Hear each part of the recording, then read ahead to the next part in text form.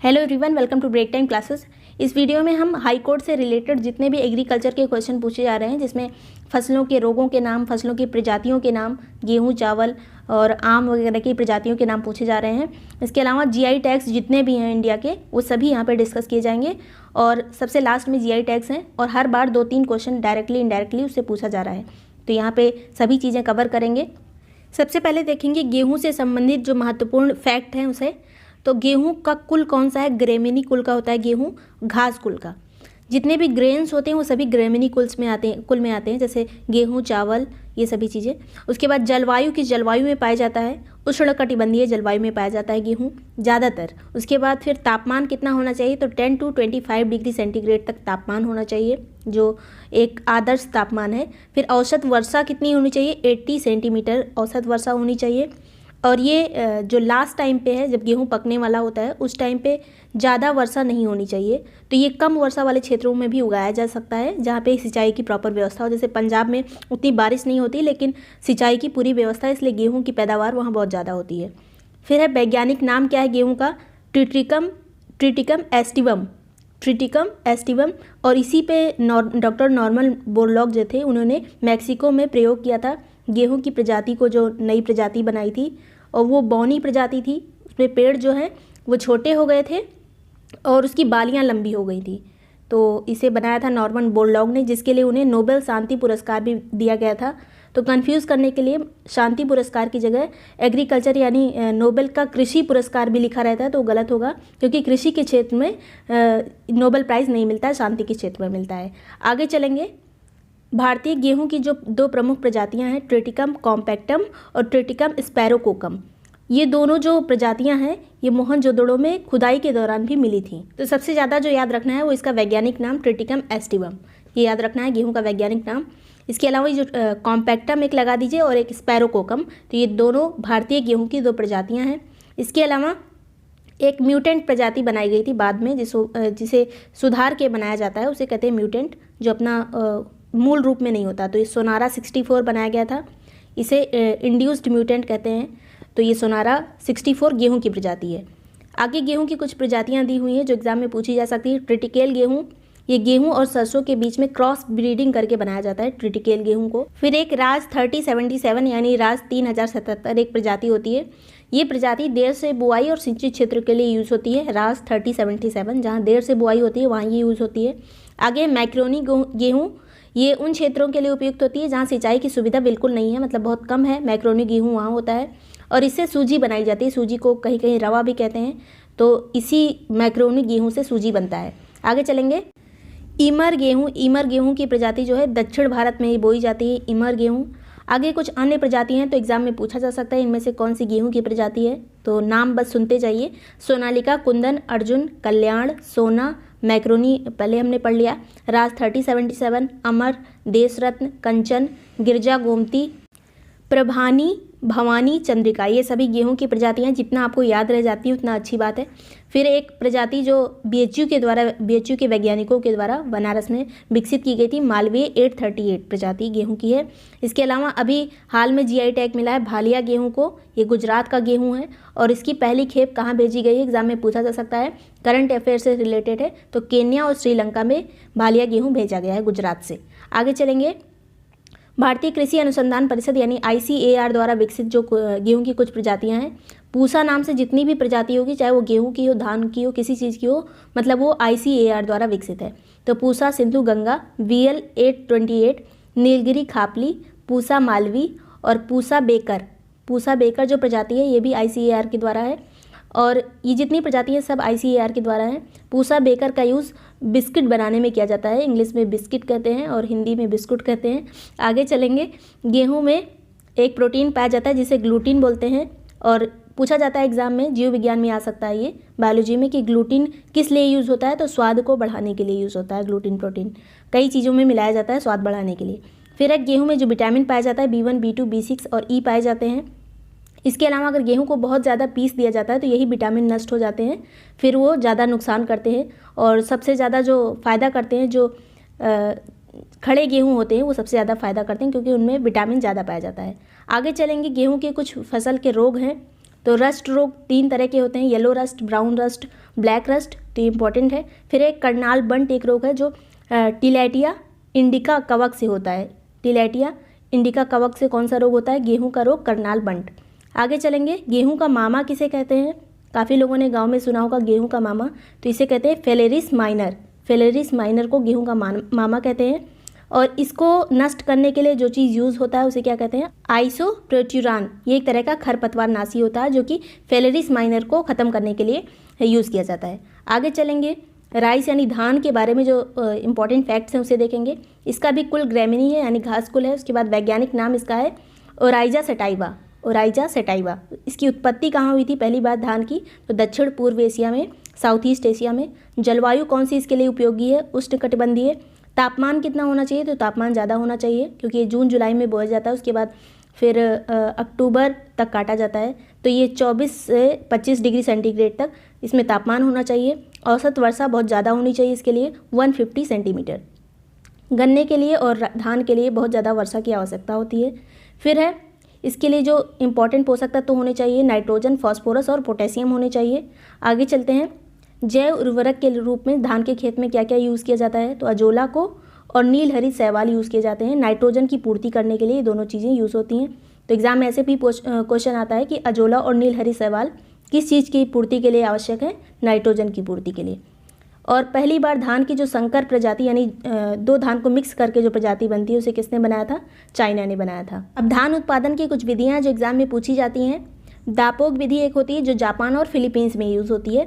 इसमें पैदावार अच्छी खासी बढ़ जाती है और इसमें बीज अधिक मात्रा में लगता है, 2.5 गुना ज़्यादा बीज इसमें यूज़ होता है। और इसमें जो जो पौधे होते हैं वो रोपण के लिए 12 से 14 दिन में तैयार हो जाते हैं। आगे चलेंगे, एक रोपाई विधि होती है जिसमें पानी भर के पौधों को लगाया जाता है। एक श्री विधि होती है, इसमें एक एक पौधे को रोपा जाता है। वैसे नॉर्मली जो 3-4 पौधे एक साथ लगा दिए जाते हैं, लेकिन इसमें एक एक पौधा अलग अलग लगाया जाता है।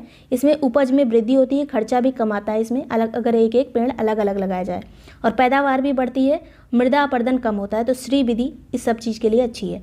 इसके अलावा पश्चिम बंगाल और तमिलनाडु में एक वर्ष में चावल की 3 फसलें पैदा की जाती हैं। पूछा जाता है किस राज्य में एक साल में 3 फसलें होती हैं चावल की? पश्चिम बंगाल और तमिलनाडु। तो ये तीनों जो प्रजातियां हैं इनके नाम है आस एक तरह का चावल की फसल होती है जिसमें सितंबर और अक्टूबर में बोई जाती है। और जाड़े वाली फसल को चावल की क्या कहते हैं? अमन। और गर्मी वाली को बोरो। गर्मी को बोरो, जाड़े को अमन, और जो सितंबर अक्टूबर में बोई जाती है उसे आस कहते हैं। तो ये सभी चीज़ें इंपॉर्टेंट हैं। आगे कुछ धान की प्रजातियां हैं, इनके नाम देख लेते हैं, एग्जाम में पूछे जाते हैं अक्सर। तो नाम बस सुनते जाइए, हो सकता है ऑप्शन दिखे तब आपको याद आ जाए। तो पहली जो बौनी प्रजाति विकसित की गई थी धान की उसे जया कहते हैं। जया धान की प्रजाति। इसके अलावा साकेत है, गोविंद है, कावेरी, रत्ना, सरजू, महसूरी जिसे मंसूरी चावल भी कह दिया जाता है।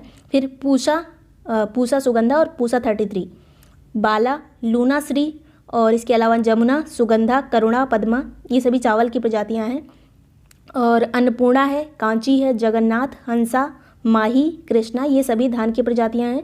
इसके अलावा कोसर, ये जम्मू कश्मीर में जो पहाड़ी क्षेत्रों में ऊंचाई पर बोई जाने वाली धान की प्रजाति है कोसर। लूनीश्री, इसे केंद्रीय धान अनुसंधान संस्थान जो कटक उड़ीसा में स्थित है, भारत का जो केंद्रीय धान अनुसंधान संस्थान है वो कहाँ है? कटक उड़ीसा में। तो वहाँ पे विकसित की गई प्रजाति है लूनीश्री धान की प्रजाति है। फिर DRR 45, इसमें जिंक प्रचुर मात्रा में पाया जाता है, जिंक ज़्यादा पाया जाता है इस प्रजाति में धान की। इसके अलावा गोल्डन राइस में विटामिन A अधिक मात्रा में पाया जाता है। चावल धोने पर क्या चीज़ नष्ट होता है? तो विटामिन B और थायमीन नष्ट हो जाते हैं। इसके अलावा जो पॉलिश्ड चावल यूज़ होता है उसमें थायमीन खत्म हो जाता है और इससे बेरी रोग भी हो सकता है, विटामिन B नष्ट हो जाता है। आगे चलेंगे, धान के कुछ प्रमुख रोग होते हैं जो एग्जाम में पूछे जाते हैं। तो खैरा रोग किसकी कमी से होता है? जिंक की कमी से होने वाला रोग है। इसके अलावा कुछ खरपतवार नाशी जो धान में यूज़ होता है, प्रोपिनिल, इसे स्टेम 32 कहते हैं, और क्यूटाक्लोर, इसे मैचिटी भी कहते हैं, और एक बेसलिस होता है, बेसलिज, इसे धान के रोग में यूज़ किया जाता है। ये सभी खरपतवार नाशी हैं। आगे मक्के की कुछ प्रजातियों के नाम सुन लीजिए, हो सकता है ऑप्शन दिखे तब सही हो जाए, ध्यान से देखते जाइए। D941 प्रकाश, PRO 312, PAC 776, विवेक शंकर, गंगा 5, पार्वती, हिम 129 और राजेंद्र हाइब्रिड, शक्ति 1, माही कंचन, किरण, जवाहर मक्का, शक्तिमान, प्रभात, अमर, स्वीट कॉर्न, माधुरी।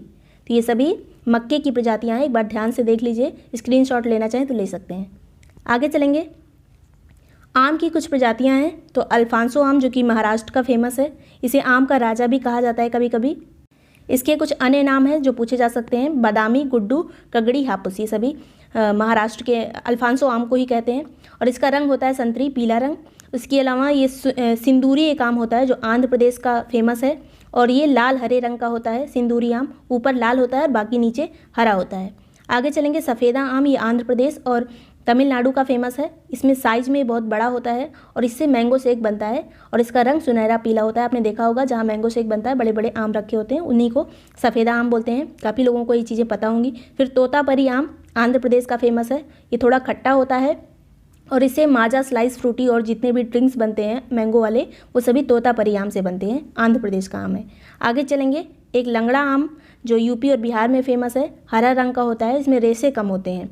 चौसा आम उत्तर प्रदेश का है और ये पीले रंग का होता है, रसदार मीठा होता है। इस तरह के क्वेश्चन हाई कोर्ट में पूछे जा रहे हैं, याद रखिए। फिर है दशहरी आम, ये यूपी का सबसे मशहूर आम है और देश भर में इसे सबसे ज़्यादा पसंद किया जाता है, दशहरी आम को। रंग होता है पीला और हरा, पीला और हरा। आगे चलेंगे, जीआई टैग्स जो हर एग्ज़ाम में पूछे ही जाते हैं और हाई कोर्ट के एग्ज़ाम में एक दो डायरेक्टली या इनडायरेक्टली पूछा जा रहा है। जैसे कोई जीआई टैग ऐसे पूछ लिया जाएगा, ये कहाँ इसको जीआई टैग मिला है, या फिर ये चीज़ कहाँ से संबंधित है। तो डायरेक्ट इनडायरेक्ट दोनों क्वेश्चन आ रहे हैं इससे। तो जीआई टैग देखेंगे, वस्तुओं का भौगोलिक सूचक अधिनियम के तहत जीआई टैग आया था 1999 में, ये अधिनियम आया था पहले। उसके बाद ये लागू कब हुआ, 2003 में, सितंबर 2003 में लागू हुआ। पहली बार जिसे जीआई टैग मिला वो दार्जिलिंग की चाय थी, जिसे 2004 में जीआई टैग मिला था। और जीआई टैग जो मिलता है वो केवल 10 साल के लिए मान्य होता है, उसके बाद उसे फिर से रिन्यू कराना पड़ता है। अगर चीज़ वहाँ पे उसी मात्रा में अभी भी अवेलेबल है तो फिर जीआई टैग बना रहेगा, नहीं तो उसको फिर से कराना पड़ेगा। मतलब कोई अगर क्लाइमेटिक कंडीशन बदल गई तो अगर उस क्षेत्र में वो चीज़ें फिर से नहीं हो रही हैं तब जीआई टैग चला जाता है। फिर आगे चलेंगे, इसका आदर्श वाक्य क्या है जीआई टैग का, अतुल्य भारत की अमूल्य निधि। तो कुछ रिसेंट वाले जो जीआई टैग मिले हैं उसे हम देख लेंगे, उसके बाद जो सभी अलग अलग राज्यों के हैं उसे अलग से देखेंगे। नागालैंड में मिला है नागा खीरा को, राजस्थान की सोजत मेहंदी को, तेलंगाना का तेलिया रुमाल, झारखंड की सोराय और कोबर की कला जो पेंटिंग होती है, ये कहाँ की है, झारखंड की। ओडिशा की कंधमाल हल्दी को मिला है। सिक्किम की डल्ले खुरसनी, ये मिर्च है या फिर आम है, ये आप बताइएगा, सिक्किम की डल्ले खुरसनी। आगे अब देखेंगे असम का क्या क्या है GI tag, Judima rice wine, ये जुडीमा राइस का एक वाइन बनती है, ये असम का जीआई टैग, असम को मिला है इसके लिए जीआई टैग। तेजपुर की लीची असम की है। फिर जम्मू कश्मीर में गुच्छी मशरूम और केसर को जीआई टैग मिला है। उत्तर प्रदेश में टेराकोटा आर्ट जो कि गोरखपुर की है, महोबा पान जो कि महोबा का है, और चुनार पत्थर को मिला है यूपी में जीआई टैग, इन चीज़ों को मिला है। आगे चलेंगे, फिर है वेस्ट बंगाल यानी पश्चिम बंगाल में सरबजा और सरपुरिया मिठाई को मिला है। फाजिल आम एक होता है, वहाँ पे पश्चिम बंगाल को इसके लिए जीआई टैग मिला है। सुंदरबन की शहद के लिए बना है, तो सुंदरबन पश्चिम बंगाल है तो इसकी शहद भी वहीं होगी। आगे चलेंगे, केरल में किस चीज़ को जीआई टैग मिला है, एड्यूर मिर्च, कुट्टियापुर आम, तिरूर पान, मरयूर जो गुड़ होता है, वायनाड की रोबस्टा कॉफ़ी, इन चीज़ों को केरल में मिला है जीआई टैग। बिहार में किसको मिला है, शाही लीची, जर्दालू आम, कतरनी चावल, मधुबनी पेंटिंग, मखाना और मगही पान, ये सभी बिहार के जीआई टैग्स हैं। इसके अलावा मणिपुर में सिरार खोंग, एक हाथी मिर्च कही जाती है इसे, सिरार खोंग। चखाओ एक काला चावल होता है, तो मणिपुर को इसके लिए मिला है जीआई टैग। तामेंग लोंग का एक संतरा होता है, उसके लिए मणिपुर को मिला है जीआई टैग। फिर है तमिलनाडु में किस किस चीज़ को मिला है, कन्याकुमारी लौंग को, वेल्लोर का बैगन, डिंडीगुल का ताला, इरोड़ हल्दी, कलमकारी या फिर जो कहाँ की कलमकारी है, करुप्पुर की कलमकारी को मिला है, कांगड़ी साड़ी को मिला है। इसके अलावा ये भी तमिलनाडु का है, थमाम पट्टी, मिट्टी के खिलौने, विलाचेरी जिसे कहते हैं मिट्टी के खिलौने, इन्हें तमिलनाडु में मिला है। पंचामृतम जो एक तरह का प्रसाद होता है, इसे भी तमिलनाडु को मिला है। तो तमिलनाडु वाला आप चाहें तो फिर से देख सकते हैं, लौंग, वेल्लोर का बैगन, डिंडीगुल ताला, इरोड़ हल्दी, कलमकारी, करुप्पुर की कलमकारी, कांगड़ी साड़ी और थमाम पट्टी। फिर मिट्टी के खिलौने जिसे विलाचेरी कहते हैं, पंचामृतम के लिए मिला है, जो कि एक तरह का प्रसाद होता है। फिर कर्नाटक में किसको मिला है, किस चीज़ के लिए, गुलबर्गा तूर दाल को मिला है कर्नाटक में जीआई टैग। कुर्ग अरेबिका ये कॉफ़ी होती है, चिकमंगलूर अरेबिका ये भी कॉफ़ी होती है, तो कुर्ग और चिकमंगलूर कॉफ़ी के लिए कर्नाटक को जीआई टैग मिला है। सिरसी सुपारी के लिए मिला है कर्नाटक को। इसके अलावा हिमाचल प्रदेश में काला जीरा को हिमाचल में जीआई टैग मिला है। चुली का तेल के लिए भी हिमाचल को जीआई टैग मिला है। आगे चलेंगे, मध्य प्रदेश में किस चीज़ के लिए मिला है? चिन्नौर चावल, ये बालाघाट क्षेत्र में होता है मध्य प्रदेश के चिन्नौर चावल। कड़कनाथ मुर्गा, आदिवासी गुड़िया, इन सभी चीज़ों के लिए मध्य प्रदेश को जीआई टैग मिला है। फिर है गोवा में फेनी वाइन, जो कि काजू से बनती है फेनी वाइन, इसके लिए गोवा को मिला है। खाजे एक तरह की मिठाई होती है, इसके लिए भी गोवा को मिला है। हरमल मिर्च के लिए, मिंदोली केले के लिए गोवा को जीआई टैग मिला है। फिर महाराष्ट्र में एक चावल होता है वड़ा कोलम, इसके लिए महाराष्ट्र को मिला है। अलीबाग की सफ़ेद प्याज के लिए भी महाराष्ट्र को जीआई टैग मिला है, सफ़ेद प्याज अलीबाग। फिर हापुस आम के लिए महाराष्ट्र को जीआई टैग मिला है। पालघर के चीकू के लिए महाराष्ट्र को मिला है। सांगली हल्दी के लिए महाराष्ट्र को, इसके अलावा अल्फांसो आम के लिए भी महाराष्ट्र को जीआई टैग मिला है। तो ये सभी चीज़ें इंपॉर्टेंट थी और ऐसे क्वेश्चन एग्जाम में खूब पूछे जा रहे हैं, हाई कोर्ट वाले में भी और आने वाले किसी भी एग्जाम के लिए ये सभी चीज़ें इंपॉर्टेंट है। तो मैंने पूरा कवर कराने की कोशिश की है। वीडियो आपको यूज़फुल लगा हो तो लाइक और सब्सक्राइब कर दीजिएगा। Thank you so much for watching break time classes.